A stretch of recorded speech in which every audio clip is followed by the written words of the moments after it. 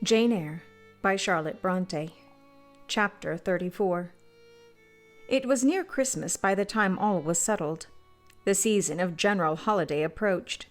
I now closed Morton School, taking care that the parting should not be barren on my side. Good fortune opens the hand as well as the heart wonderfully. And to give somewhat, when we have largely received, is but to afford a vent to the unusual ebullition of the sensations. I had long felt with pleasure that many of my rustic scholars liked me, and when we parted, that consciousness was confirmed. They manifested their affection plainly and strongly. Deep was the gratification to find I had really a place in their unsophisticated hearts. I promised them that never a week should pass in future that I did not visit them and give them an hour's teaching in their school. Mr. Rivers came up, as, having seen the classes, now numbering 60 girls, file out before me and locked the door, I stood with the key in my hand, exchanging a few words of special farewell with some half-dozen of my best scholars. As decent, respectable, modest, and well-informed young women as could be found in the ranks of the British peasantry. And that is saying a great deal. For, after all, the British peasantry are the best taught, best mannered, most self-respecting of any in Europe. Since those days I have seen paysans and boyarinnen, and the best of them seemed to me ignorant, coarse, and besotted, compared with my Morton girls. "Do you consider you have got your reward for a season of exertion?" asked Mr. Rivers when they were gone. "Does not the consciousness of having done some real good in your day and generation give pleasure?" "Doubtless." "And you have only toiled a few months. Would not a life devoted to the task of regenerating your race be well spent?" "Yes," I said, "but I could not go on forever so. I want to enjoy my own faculties as well as to cultivate those of other people. I must enjoy them now. Don't recall either my mind or body to the school. I am out of it and disposed for full holiday." He looked grave. "What now? What sudden eagerness is this you evince? What are you going to do?" "To be active as I can. And first I must beg you to set Hannah at liberty and get somebody else to wait on you." "Do you want her?" "Yes, to go with me to Moor House.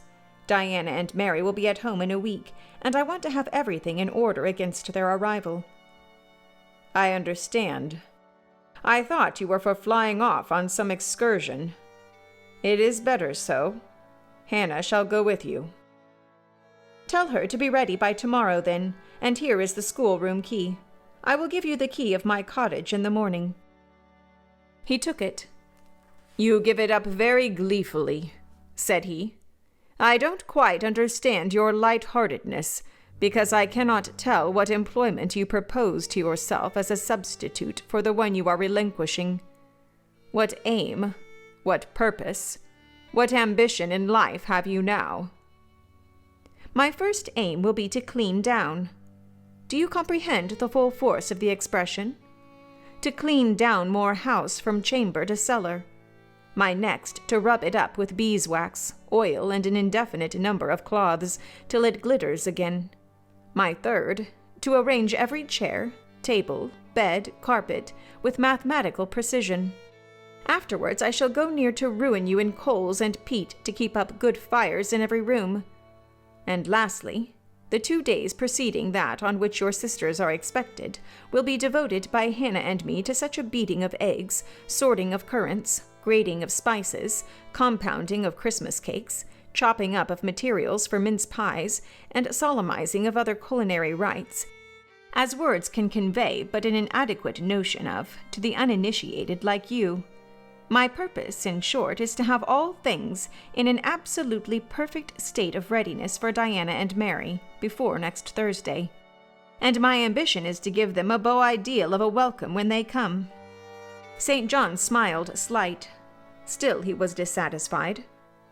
"It is all very well for the present," said he, "but seriously, I trust that when the first flush of vivacity is over, you will look a little higher than domestic endearments and household joys." "The best things the world has," I interrupted. "No, Jane, no. This world is not the scene of fruition. Do not attempt to make it so, nor of rest. Do not turn slothful." "I mean, on the contrary, to be busy." "Jane, I excuse you for the present. 2 months' grace I allow you for the full enjoyment of your new position, and for pleasing yourself with this late-found charm of relationship. But then I hope you will begin to look beyond Moor House and Morton, and sisterly society, and the selfish calm and sensual comfort of civilized affluence. I hope your energies will then once more trouble you with their strength." I looked at him with surprise. "St. John," I said, "I think you are almost wicked to talk so. I am disposed to be as content as a queen, and you try to stir me up to restlessness. To what end?" "To the end of turning to profit the talents which God has committed to your keeping, and of which he will surely one day demand a strict account. Jane, I shall watch you closely and anxiously. I warn you of that. And try to restrain the disproportionate fervor with which you throw yourself into commonplace home pleasures. Don't cling so tenaciously to ties of the flesh. Save your constancy and ardor for an adequate cause. Forbear to waste them on trite transient objects. Do you hear, Jane?" "Yes, just as if you were speaking Greek. I feel I have adequate cause to be happy, and I will be happy. Goodbye." Happy at Moor House I was, and hard I worked, and so did Hannah. She was charmed to see how jovial I could be amidst the bustle of a house turned topsy-turvy, how I could dust and brush and clean and cook, and really, after a day or two of confusion worse confounded, it was delightful by degrees to invoke order from chaos ourselves had made. I had previously taken a journey to S to purchase some new furniture, my cousins having given me carte blanche to effect what alterations I pleased, and a sum having been set aside for that purpose. The ordinary sitting-room and bedrooms I left much as they were, for I knew Diana and Mary would derive more pleasure from seeing again the old homely tables and chairs and beds than from the spectacle of the smartest innovations. Still, some novelty was necessary, to give to their return the piquancy with which I wished it to be invested. Dark, handsome new carpets and curtains, an arrangement of some carefully selected antique ornaments in porcelain and bronze, new coverings and mirrors and dressing cases for the toilet tables answered the end. They looked fresh without being glaring. A spare parlor and bedroom I refurnished entirely with old mahogany and crimson upholstery. I laid canvas on the passage and carpets on the stairs. When all was finished, I thought Moor House as complete a model of bright, modest snugness within as it was, at this season, a specimen of wintry waste and desert dreariness without. The eventful Thursday at length came. They were expected about dark, and ere dusk fires were lit upstairs and below. The kitchen was in perfect trim. Hannah and I were dressed, and all was in readiness. St. John arrived first. I had entreated him to keep quite clear of the house till everything was arranged, and indeed, the bare idea of the commotion, at once sordid and trivial, going on within its walls sufficed to scare him to estrangement. He found me in the kitchen, watching the progress of certain cakes for teas, then baking. Approaching the hearth, he asked if I was at last satisfied with housemaid's work. I answered by inviting him to accompany me on a general inspection of the result of my labors. With some difficulty I got him to make the tour of the house. He just looked in at the doors I opened, and when he had wandered upstairs and downstairs, he said I must have gone through a great deal of fatigue and trouble to have effected such considerable changes in so short a time. But not a syllable did he utter indicating pleasure in the improved aspect of his abode. This silence damped me. I thought perhaps the alterations had disturbed some old associations he valued. I inquired whether this was the case. No doubt, in a somewhat crestfallen tone. Not at all. He had, on the contrary, remarked that I had scrupulously respected every association. He feared, indeed, I must have bestowed more thought on the matter than it was worth. How many minutes, for instance, had I devoted to studying the arrangement of this very room? By the by, could I tell him where such a book was? I showed him the volume on the shelf. He took it down, and withdrawing to his accustomed window recess, he began to read it. Now I did not like this, reader. St. John was a good man, but I began to feel he had spoken truth of himself when he said he was hard and cold. The humanities and amenities of life had no attraction for him, its peaceful enjoyments no charm. Literally, he lived only to aspire, after what was good and great, certainly, but still he would never rest, nor approve of others resting round him. As I looked at his lofty forehead, still and pale as a white stone, at his fine lineaments fixed in study, I comprehended all at once that he would hardly make a good husband, that it would be a trying thing to be his wife. I understood, as by inspiration, the nature of his love for Miss Oliver. I agreed with him that it was but a love of the senses. I comprehended how he should despise himself for the feverish influence it exercised over him, how he should wish to stifle and destroy it, how he should mistrust its ever conducting permanently to his happiness or hers. I saw he was of the material from which nature hews her heroes, Christian and pagan, her lawgivers, her statesmen, her conquerors, a steadfast bulwark for great interests to rest upon. But, at the fireside, too often a cold, cumbrous column, gloomy and out of place. This parlor is not his sphere, I reflected. The Himalayan ridge, or kaffir bush, even the plague-cursed Guinea Coast swamp would suit him better. Well may he eschew the calm of domestic life. It is not his element.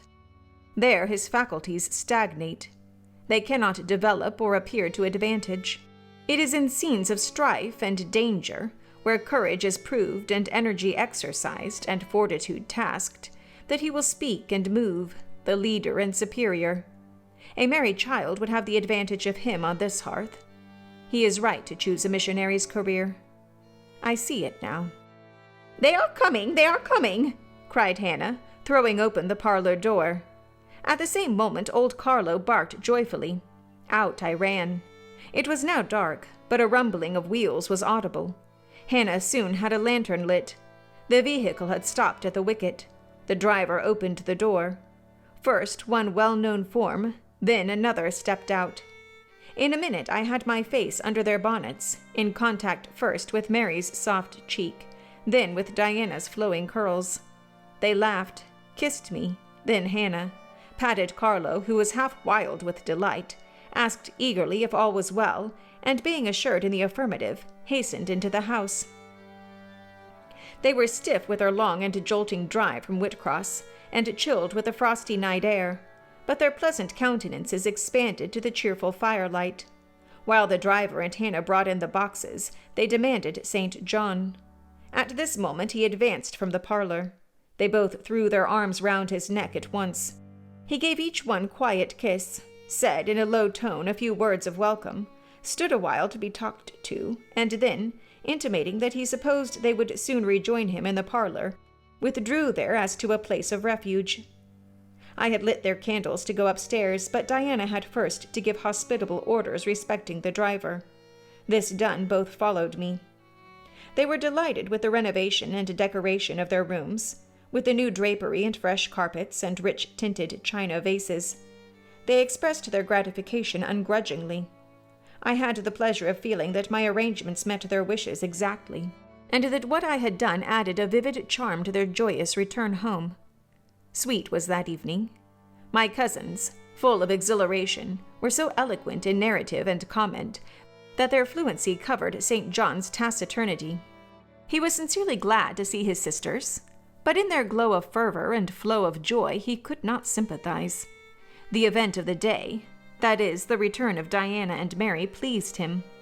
But the accompaniments of that event, the glad turmoil, the garrulous glee of reception irked him. I saw he wished the quieter morrow was come. In the very meridian of the night's enjoyment, About an hour after tea, a rap was heard at the door. Hannah entered with the intimation that a poor lad was come, at an unlikely time, to fetch Mr. Rivers to see his mother, who was drawing away. "Where does she live, Hannah?" "Clear up at Whitcross Brow, almost 4 miles off, and moor and moss all the way." "Tell him I will go." "I'm sure, sir, you had better not. It's the worst road to travel after dark that can be. There's no track at all over the bog, and then it is such a bitter night. The keenest wind you ever felt. You had better send word, sir, that you will be there in the morning." But he was already in the passage, putting on his cloak, and without one objection, one murmur, he departed. It was then 9 o'clock. He did not return till midnight. Starved and tired enough he was, but he looked happier than when he set out. He had performed an active duty, made an exertion, felt his own strength to do and deny, and was on better terms with himself. I am afraid the whole of the ensuing week tried his patience. It was Christmas week. We took to no settled employment, but spent it in a sort of merry domestic dissipation. The air of the moors, the freedom of home, the dawn of prosperity acted on Diana and Mary's spirits like some life-giving elixir. They were gay from morning till noon, and from noon till night. They could always talk, and their discourse, witty, pithy, original, had such charms for me that I preferred listening to and sharing in it to doing anything else. St. John did not rebuke our vivacity, but he escaped from it. He was seldom in the house. His parish was large, the population scattered, and he found daily business in visiting the sick and poor in its different districts. One morning at breakfast, Diana, after looking a little pensive for some minutes, asked him if his plans were yet unchanged. "Unchanged and unchangeable," was the reply, and he proceeded to inform us that his departure from England was now definitely fixed for the ensuing year. "And Rosamond Oliver?" suggested Mary, the words seeming to escape her lips involuntarily, for no sooner had she uttered them than she made a gesture as if wishing to recall them. St. John had a book in his hand. It was his unsocial custom to read at meals. He closed it and looked up. "Rosamond Oliver," said he, "is about to be married to Mr. Granby, one of the best connected and most estimable residents in S., grandson and heir to Sir Frederick Granby. I had the intelligence from her father yesterday." His sisters looked at each other, and at me. We all three looked at him. He was serene as glass. "The match must have been got up hastily," said Diana. "They cannot have known each other long." "But 2 months. They met in October at the county ball at S. But where there are no obstacles to a union, as in the present case, where the connection is in every point desirable, delays are unnecessary. They will be married as soon as S Place, which Sir Frederick gives up to them, can be refitted for their reception." The first time I found St. John alone after this communication, I felt tempted to inquire if the event distressed him, but he seemed so little to need sympathy that, so far from venturing to offer him more, I experienced some shame at the recollection of what I had already hazarded. Besides, I was out of practice in talking to him. His reserve was again frozen over, and my frankness was congealed beneath it. He had not kept his promise of treating me like his sisters. He continually made little, chilling differences between us, which did not at all tend to the development of cordiality. In short, now that I was acknowledged his kinswoman, and lived under the same roof with him, I felt the distance between us to be far greater than when he had known me only as the village schoolmistress. When I remembered how far I had once been admitted to his confidence, I could hardly comprehend his present frigidity. Such being the case, I felt not a little surprised when he raised his head suddenly from the desk over which he was stooping, and said, "You see, Jane, the battle is fought and the victory won." Startled at being thus addressed, I did not immediately reply.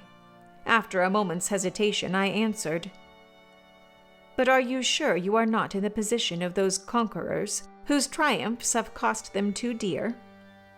Would not such another ruin you?" "I think not. And if I were, it does not much signify. I shall never be called upon to contend for such another. The event of the conflict is decisive. My way is now clear. I thank God for it." So saying, he returned to his papers and his silence. As our mutual happiness, that is, Diana's, Mary's, and mine, settled into a quieter character, and we resumed our usual habits and regular studies, St. John stayed more at home. He sat with us in the same room, sometimes for hours together. While Mary drew, Diana pursued a course of encyclopedic reading she had, to my awe and amazement, undertaken, and I fagged away at German. He pondered a mystic lore of his own, that of some Eastern tongue, the acquisition of which he thought necessary to his plans. Thus engaged, he appeared, sitting in his own recess, quiet and absorbed enough. But that blue eye of his had a habit of leaving the outlandish-looking grammar and wandering over, and sometimes fixing upon us, his fellow students, with a curious intensity of observation. If caught, it would be instantly withdrawn, yet ever and anon it returned searchingly to our table. I wondered what it meant. I wondered, too, at the punctual satisfaction he never failed to exhibit on an occasion that seemed to me of small moment, namely, my weekly visit to Morton School. And still more was I puzzled when, if the day was unfavorable, if there was snow or rain or high wind, and his sisters urged me not to go, he would invariably make light of their solicitude, and encourage me to accomplish the task without regard to the elements. "Jane is not such a weakling as you would make her," he would say. "She can bear a mountain blast, or a shower, or a few flakes of snow, as well as any of us. Her constitution is both sound and elastic, better calculated to endure variations of climate than many more robust." And when I returned, sometimes a good deal tired, and not a little weather-beaten, I never dared complain, because I saw that to murmur would be to vex him. On all occasions fortitude pleased him. The reverse was a special annoyance. One afternoon, however, I got leave to stay at home, because I really had a cold. His sisters were gone to Morton in my stead. I sat reading Schiller, he deciphering his crabbed Oriental scrolls. As I exchanged a translation for an exercise, I happened to look his way. There I found myself under the influence of the ever-watchful blue eye. How long it had been searching me through, and over, I cannot tell. So keen was it, and yet so cold, I felt for the moment superstitious, as if I were sitting in the room with something uncanny. "Jane, what are you doing?" "Learning German." "I want you to give up German and learn Hindostani." "You are not in earnest?" "In such earnest that I must have it so, and I will tell you why." He then went on to explain that Hindostani was the language he himself was at present studying. That, as he advanced, he was apt to forget the commencement. That it would assist him greatly to have a pupil with whom he might again and again go over the elements, and so fix them thoroughly in his mind. That his choice had hovered for some time between me and his sisters, but that he had fixed on me because he saw that I could sit at a task the longest of the three. Would I do him this favor? I should not, perhaps, have to make the sacrifice long, as it wanted now barely 3 months to his departure. St. John was not a man to be lightly refused. You felt that every impression made on him, either for pain or pleasure, was deep-graved and permanent. I consented. When Diana and Mary returned, the former found her scholar transferred from her to her brother. She laughed, and both she and Mary agreed that St. John should never have persuaded them to such a step. He answered quietly, "I know it." I found him a very patient, very forbearing, and yet an exacting master. He expected me to do a great deal, and when I fulfilled his expectations, He, in his own way, fully testified his approbation. By degrees he acquired a certain influence over me that took away my liberty of mind. His praise and notice were more restraining than his indifference. I could no longer talk or laugh freely when he was by, because a tiresomely importunate instinct reminded me that vivacity, at least in me, was distasteful to him. I was so fully aware that only serious moods and occupations were acceptable, that in his presence every effort to sustain or follow any other became vain. I fell under a freezing spell. When he said go, I went. Come, I came. Do this, I did it. But I did not love my servitude. I wished many a time he had continued to neglect me.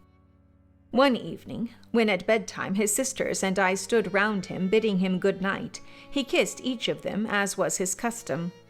And, as was equally his custom, he gave me his hand. Diana, who chanced to be in a frolicsome humor, she was not painfully controlled by his will, for hers, in another way, was as strong, exclaimed, "St. John, you used to call Jane your third sister, but you don't treat her as such. You should kiss her, too." She pushed me towards him. I thought Diana very provoking, and felt uncomfortably confused, and while I was thus thinking and feeling, St. John bent his head. His Greek face was brought to a level with mine. His eyes questioned my eyes piercingly. He kissed me. There are no such things as marble kisses, or ice kisses, or, I should say, my ecclesiastical cousin's salute belonged to one of these classes. But there may be experiment kisses, and his was an experiment kiss. When given, he viewed me to learn the result. It was not striking. I am sure I did not blush.